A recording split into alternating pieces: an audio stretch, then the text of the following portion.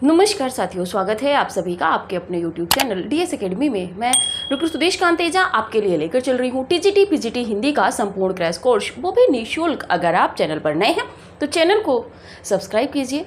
आपने channel subscribe कर रखा है, आपको वीडियोज़ अच्छी लग रही है तो जितना हो ज़्यादा से ज़्यादा दोस्तों में शेयर कीजिए, जो भी आपके पास पब्लिक प्लेटफॉर्म है। आप क्लास लेने जब आते हो तो क्लास को लाइक कर दिया कीजिए। क्लास आप पूरी देख लेते हो। हमने कुछ आपसे प्रश्न किए हैं, चलती हुई क्लास में हम कभी कभी प्रश्न करते हैं, तो आप उनका कमेंट्स में उत्तर दे दिया कीजिए। इसी के साथ में जो कैंडिडेट हमसे नए जुड़ रहे हैं, तैयारी को बेहतर करना चाहते हैं, प्लेलिस्ट बनी हुई है, आप अभी भी शुरू से क्लासेस देख सकते हैं।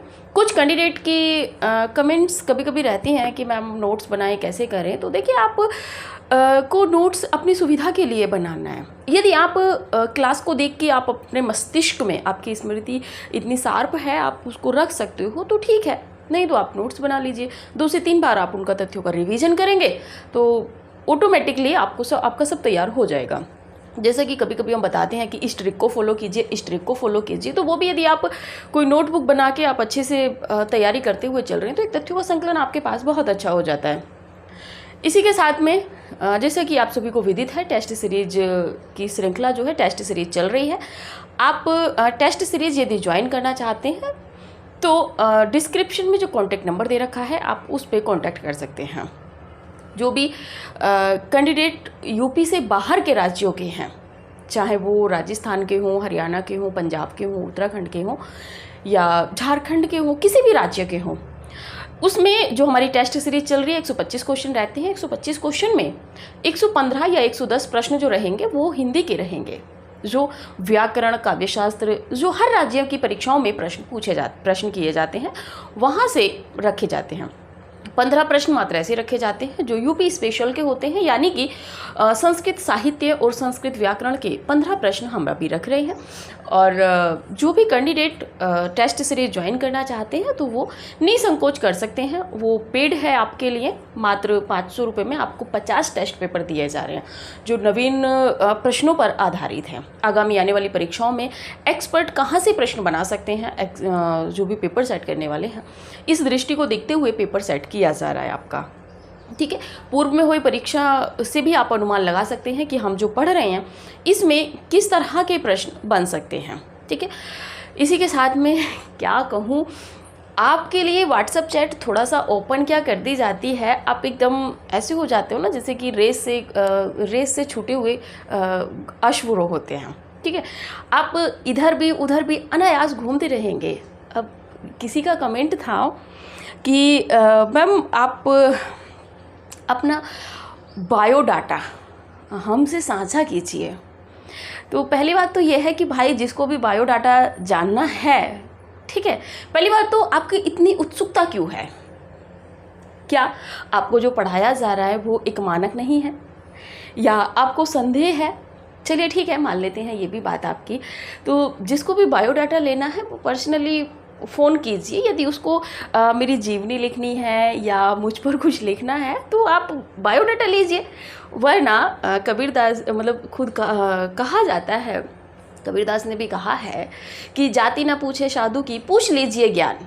अब मुझे समझ में नहीं आता है कि आपको पेपर की तरफ से ध्यान भटका कर आप अन्यत्र क्यों ले जा रहे हैं। आप ये तो कमेंट कर नहीं सकते कि मैम हमें इस क्लास में ये प्रश्न समझ में नहीं आया, या हमारा ये तथ्य हमें नहीं समझ में आया है। कोई भी तथ्य है, किसी भी क्लास का है, कोई भी रचना से संबंधित है या कुछ है, आप उसको तो प्रश्न करते नहीं हैं। अनायास आप कमेंट करना शुरू कर देते। लग रहा है कि पब्लिकली जो व्हाट्सएप चैट ओपन की जाती है प्रत्येक रविवार को, वो ऑफ करनी पड़ेगी। अब हम ऑन करेंगे ही नहीं, क्योंकि आपके पास विषय से संबंधित कोई समस्या नहीं है, अन्यत्र आपके पास समस्याएं हैं। तो देखिए, इस तरह की बायोग्राफी मैम कहाँ से पढ़ी हैं, मैम ने एजुकेशन में क्या किया है, अब क्या प्रमाण दें हम आपको? नाम से भी आप समझ सकते हो। अब इससे ज़्यादा तो कोई प्रमाण आपको देगा नहीं। हाँ, आपको अगर कुछ अन्यत्र जानकारी अपने विषय से संबंधित जाननी है, एजुकेशन के क्षेत्र में आपको अपने विषय से संबंधित जानकारी लेनी है कि मैंने इस विषय से ये किया है, क्या मुझे और कुछ करना चाहिए किसी वैकेंसी के लिए, या अन्यत्र कोई तथ्य रहता है तो आप उसको कमेंट, इसके लिए आपको ओपन किया जाता है। ठीक है। तो ये बायोडाटा, बायोग्राफी, अगर किसी को कुछ लिखना है भाई मेरे ऊपर तो आप लिख सकते हो, तो आप मुझे पर्सनली फ़ोन कीजिए, तब मैं आपको पूरा विस्तार से समझा दूंगी, ठीक है। अन्यत्र आप समय व्यर्थ ना कीजिए। आगामी आने वाले समय में परीक्षा कभी भी डेट अनाउंस हो जाएगी तो आप पढ़ाई पे फोकस कीजिए, ठीक है। चलिए, ये सब हंसी की बात थी, आप सीरियसली कोई भी कैंडिडेट मेरा नहीं लेगा। चलिए बात करते हैं आज की क्लास की। आज हम पढ़ेंगे रामधारी सिंह दिनकर को। जैसा कि हम देख रहे थे, राष्ट्रीय सांस्कृतिक चेतना का जो काव्य है उत्तर छायावाद में, हम उसको पढ़ रहे हैं। रामधारी सिंह दिनकर, दिनकर उपनाम है, उपनाम वाली लिस्ट में आप ले जाइए और इससे पहले जो उपनाम आपने लिखे हैं उनको भी रिवीजन कर लीजिए, बहुत अच्छा आपके पास तैयार होगा। समय की बात करें यानी कि जन्म की, तो 1908 में हुआ है। कहाँ? सिमरिया, मुंगेर यानी कि बिहार में। कब तक जीवित रहे थे ये? 1974 में इनका निधन हुआ था। अलग अलग लिखने का बहुत ज़्यादा अब समय नहीं है, बहुत स्पीड से हम लोगों को चलना है। कृतियों में बात कर लें यानी कि इनकी जो काव्य रचनाएं हैं, काव्य रचनाओं में बात कर लेते हैं। रेणुका 1935, इनकी कोई भी रचना ऐसी नहीं है जिसको आप छोड़ के आगे बढ़ जाए।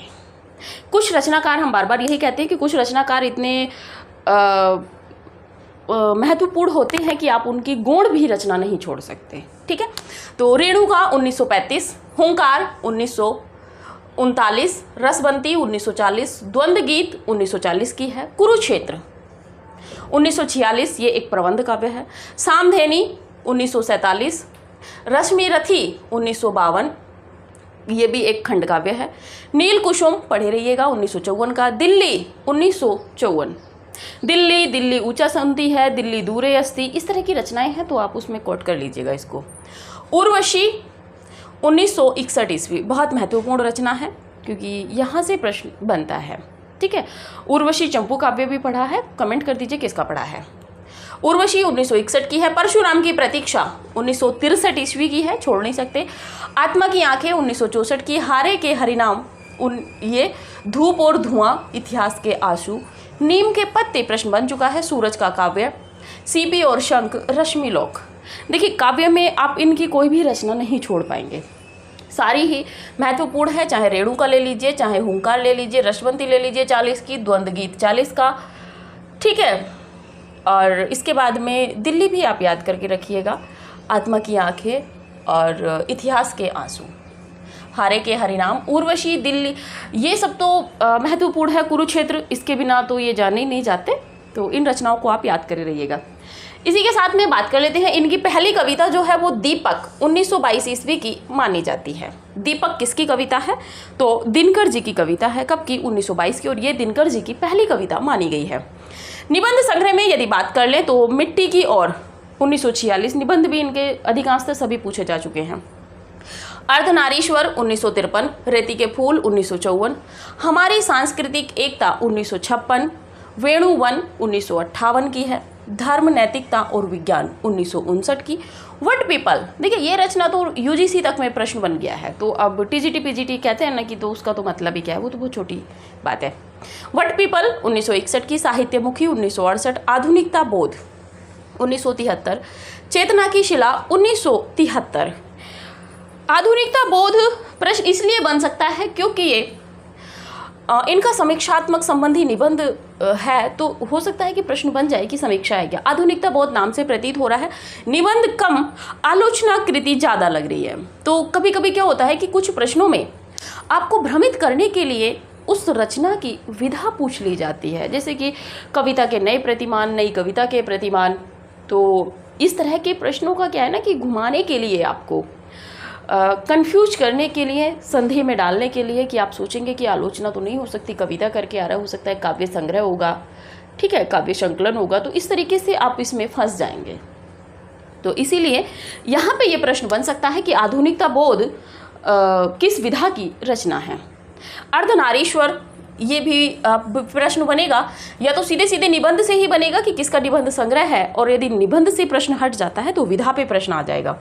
रेती के फूल, इसको भी आप याद रखिएगा। धर्म, नैतिकता और विज्ञान।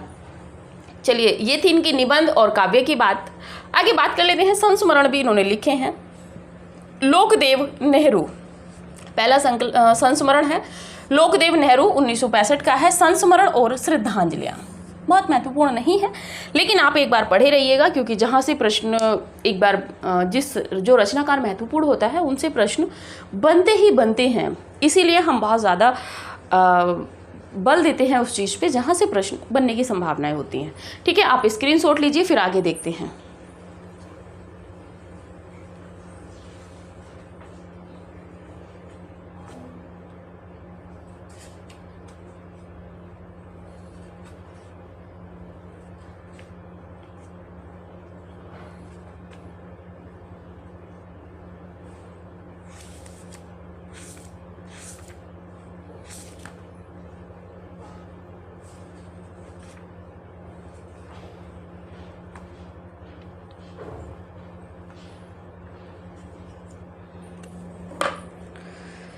चलिए आगे बात करते हैं।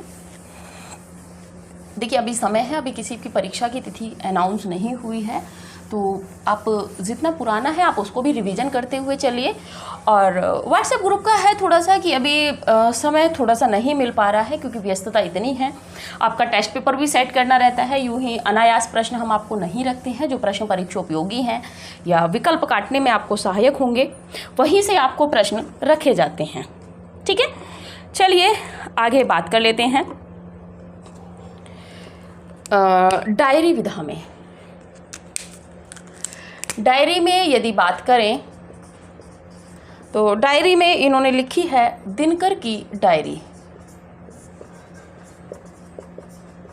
क्योंकि वहाँ पे हम आगे बहुत ज़्यादा इनको नहीं देखेंगे। फिर दूसरे नंबर पे है देश विदेश यात्रा, देश विदेश यात्रा और शुद्ध कविता की खोज।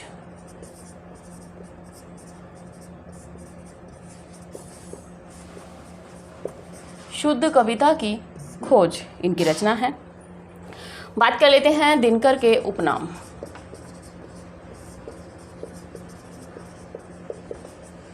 दिनकर के उपनाम में यदि हम बात करें तो दिनकर अधैर्य का कवि, पहला नाम है दिनकर अधैर्य का कवि। दूसरा उपनाम मिलता है महज डिप्टी राष्ट्र कवि, महज डिप्टी राष्ट्र कवि। तीसरा उपनाम मिलता है अनल का कवि, भी इनको कहा जाता है। फोर्थ नंबर पे मिलता है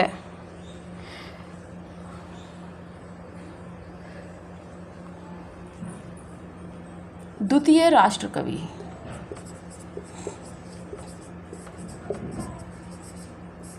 द्वितीय राष्ट्र कवि। पांचवें नंबर पे समय सूर्य का कवि, समय सूर्य का कवि, और ये इनको अज्ञेय जी ने कहा है, अज्ञेय ने कहा है। ठीक है, आगे बात कर लेते हैं इनके पुरस्कारों के संबंध में। ज्ञानपीठ पुरस्कार आप सभी विदित हैं। ज्ञानपीठ पुरस्कार जो पहले बात कर रहे थे हम लोग पुरस्कार पे, देखिए जहाँ से प्रश्न बन सकता है वहीं से आपको लेके चल रहे हैं। तो ज्ञानपीठ पुरस्कार किस रचना पे मिला है आप सभी जानते होंगे, 1972 का उर्वशी पर।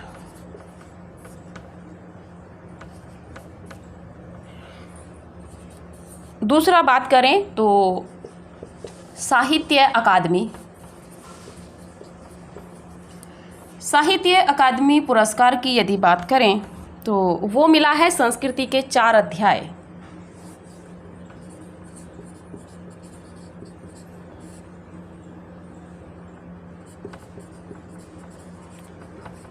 संस्कृति के 4 अध्याय कब? 1959। एक इनकी रचना थी, आपने पढ़ी थी कुरुक्षेत्र। तीसरे नंबर की बात कर लेते हैं तो कुरुक्षेत्र रचना पर उत्तर प्रदेश सरकार द्वारा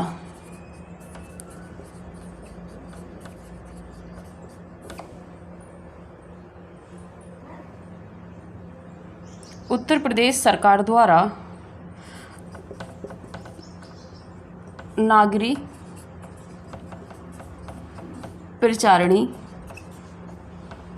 सभा द्वारा, यानी कि उत्तर प्रदेश के ही उसमें सभा द्वारा पदक एवं साहित्यकार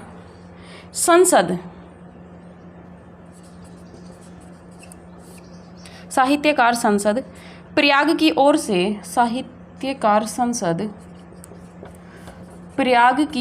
साहू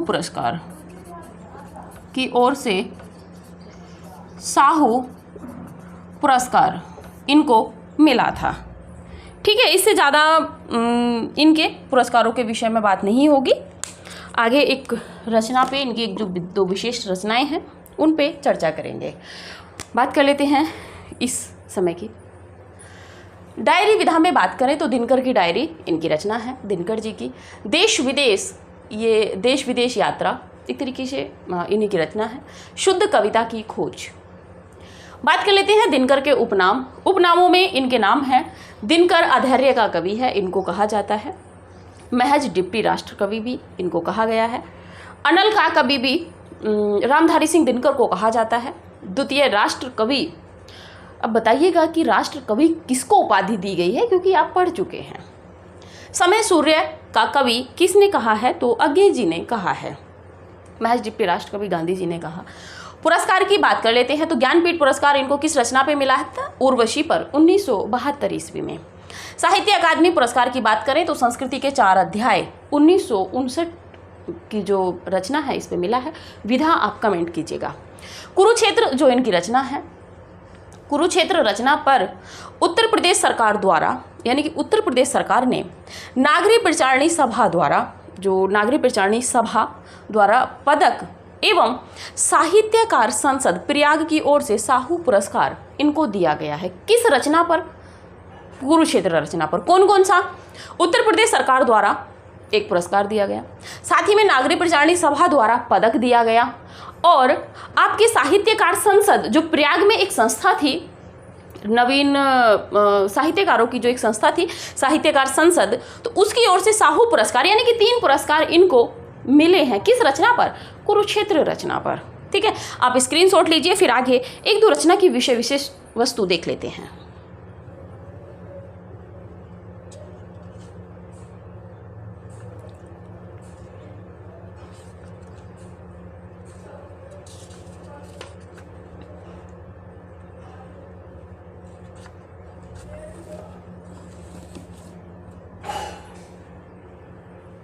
चलिए,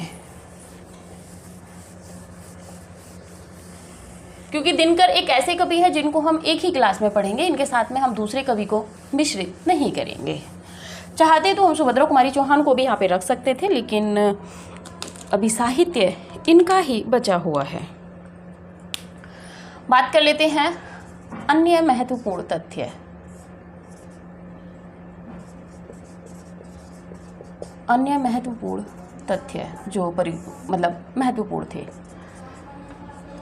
पहले नंबर पे बात कर लेते हैं आपकी बारदोली विजय,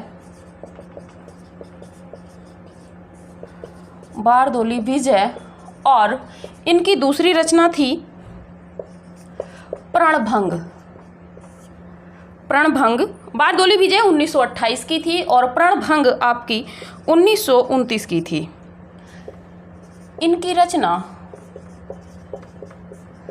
दिनकर ने विद्यार्थी जीवन में की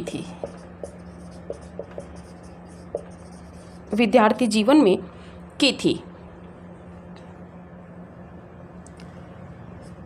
बात कर लेते हैं बारदोली विजय।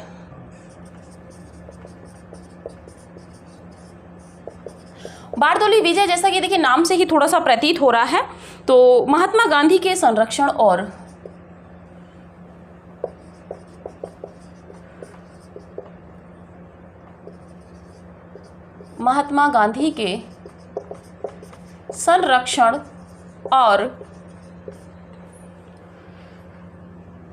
सरदार वल्लभ भाई पटेल, सरदार वल्लभ भाई पटेल के प्रसिद्ध इतिहासकार,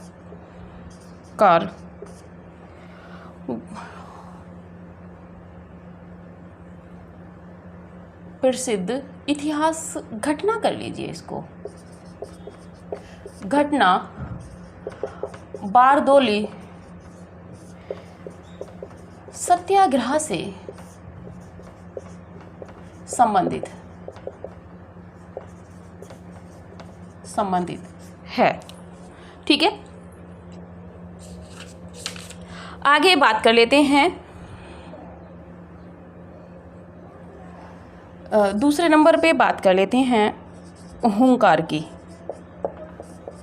हुंकार काव्य संग्रह आप नोट कर चुके हैं कब का है। तो हुंकार में अतीत के गौरवगान,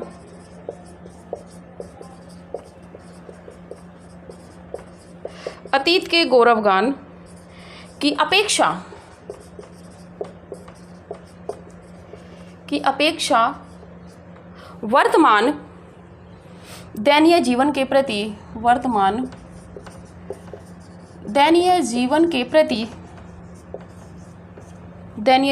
प्रति आक्रोश एवं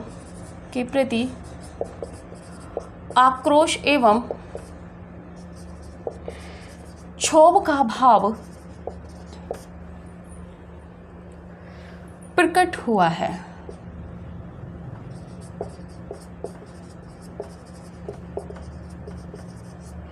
आगे बात कर लेते हैं अगली,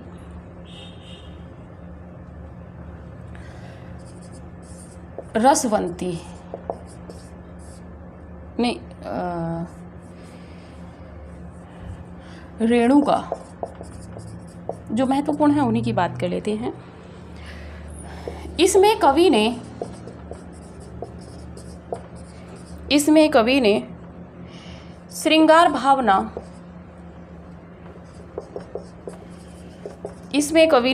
भावना गौण रूप से जो इसमें कवि की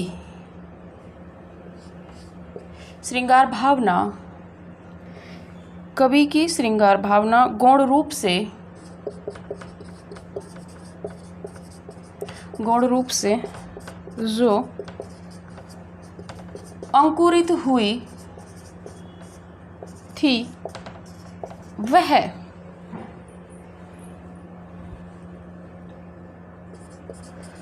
रसवंती में आकर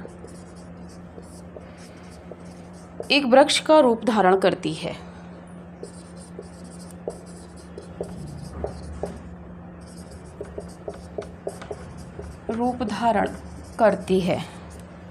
ठीक है, आगे बात कर लेते हैं 4th नंबर पे रश्मि रथी। इस रचना में कर्ण की दानवीरता,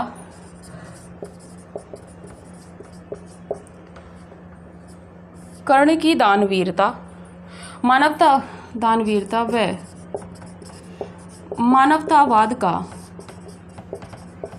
वर्णन मिलता है। ये था। इसके बाद में बात कर लेते हैं 5th नंबर पे उर्वशी की बात करें तो सनातन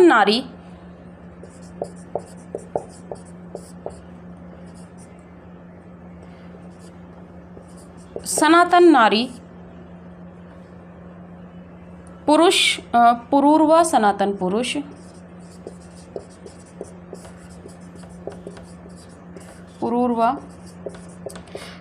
पुरुष, आयु मनुष्य एवं गंधमादन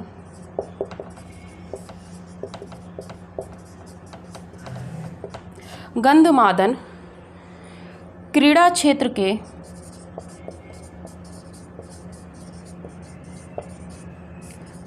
प्रतीक के रूप में उर्वशी में चित्रित हुए हैं। उर्वशी के रूप में चित्रित हुए हैं। ठीक है, आप स्क्रीनशॉट लीजिए।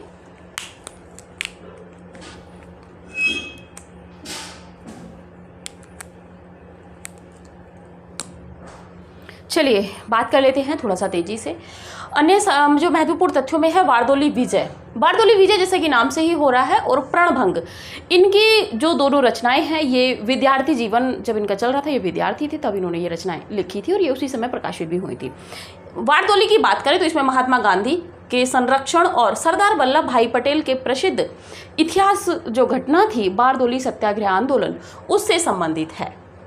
हुंकार की बात करें तो अतीत के गौरवगान की अपेक्षा, यानी कि जो बीत चुका है उसका गौरवगान ना करते हुए उसके माध्यम से की अपेक्षा वर्तमान दयनीय जीवन के प्रति जो दयनीय जीवन है व्यक्ति का, उसका वर्णन इन्होंने किया है। और उसका वर्णन करते हुए इन्होंने जो क्षोभ है, आक्रोश जो इनका जागा है, उसको इसमें चित्रित किया है हुंकार में। ठीक है, जैसे कि हुंकार गर्जना के शब्दों के रूप से भी आप देखेंगे तो आप स्पष्ट कर लेंगे।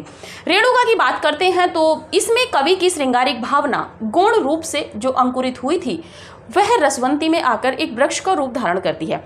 तो श्रृंगार भावना का जो बीजांकुर हुआ था वो इनकी रेणुका रचना में हुआ था, और इसकी जो विस्तृत फलक है वो रसवंती, रस की वंती, यानी कि उसमें रसवंती में बहुत ज़्यादा जो श्रृंगारिक भावना है वो प्रकट होती है। रश्मि रथी की बात कर लेते हैं तो इस रचना में कर्ण की दानवीरता व मानवतावाद का वर्णन मिलता है। उर्वशी की बात करें तो उर्वशी जिस पर देखिए रचना की विशेषता इसलिए भी बड़ी महत्वपूर्ण हो जाती है क्योंकि ज्ञानपीठ पुरस्कार इसको मिला है।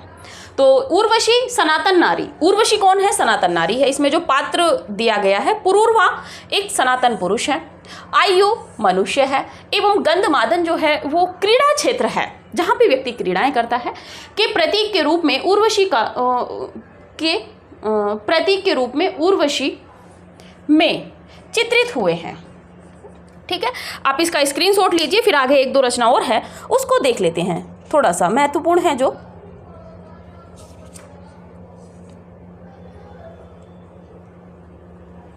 चलिए ठीक है, थोड़ा सा देख लेते हैं, फिर ये जो आपके दिनकर जी हैं ये कंप्लीट हो जाते हैं। बाकी इससे संबंधित जो पंक्तियां रहेंगी वो हम आपको व्हाट्सएप ग्रुप में प्रोवाइड कराएंगे।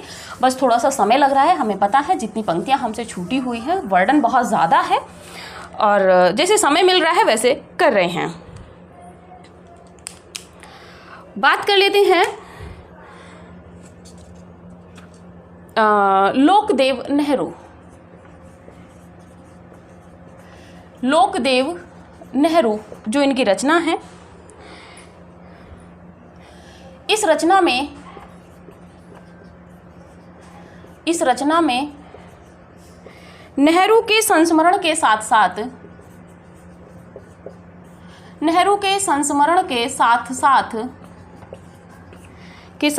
साथ साथ गांधी और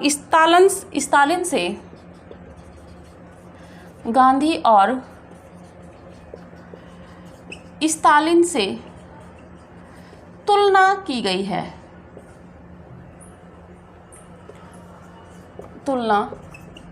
है। ठीक है,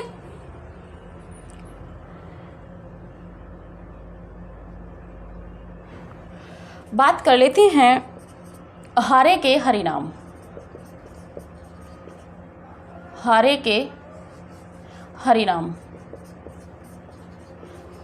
के हरिनाम देखिए, कहीं पे यदि आपको प्रॉब्लम होती है वॉइस दिखने में, अगर लिखा हुआ नहीं दिखाई देता है तो आप एक तरीके से देखें तो यह इनकी अंतिम रचना मानी जाती है।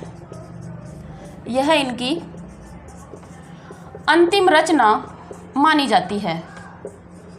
ठीक है, और इसमें जो मुख्य स्वर है वो आपके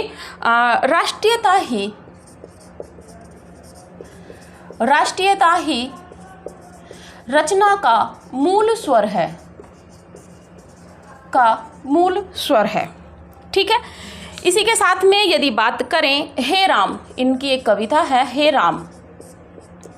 हे राम की यदि बात करें तो इसमें दिनकर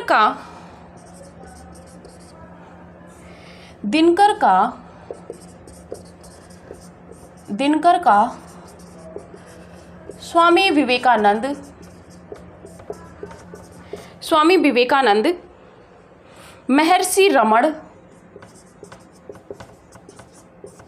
महर्षि रमण और महात्मा गांधी के जीवन से संबंधित 3 रेडियो रूपक हैं। और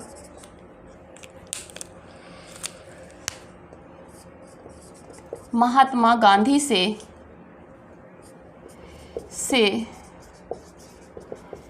संबंधित 3 रेडियो रूपक हैं, 3 रेडियो रूपक हैं। ठीक है, तो ये था आपका।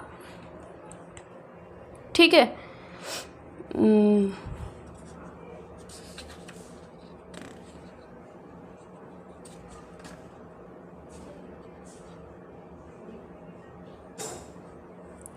चलिए एक पंक्ति है उसको भी आप नोट कर लीजिए, थोड़ी सी महत्वपूर्ण थी, तृतीय सर्ग से है। शांति नहीं, चलिए पंक्तियाँ सब हम आपको एक ही साथ दे देंगे, आप इसी को नोट कर लीजिए। यहीं तक आपके दिनकर जी थे।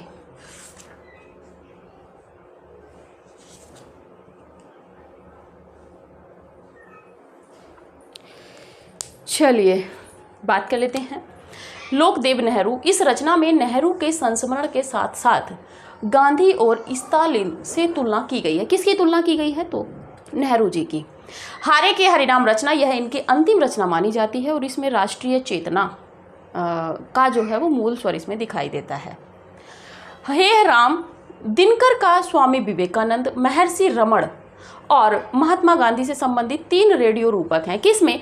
हे राम रचना में। ठीक है, तो आप इसका स्क्रीनशॉट ले लीजिए।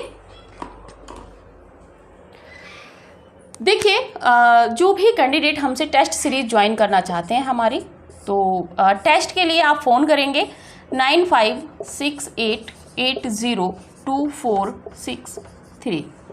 इस कॉन्टैक्ट नंबर पे आप कॉन्टैक्ट कीजिएगा। शुल्क की यदि बात करें तो 500 रुपये है।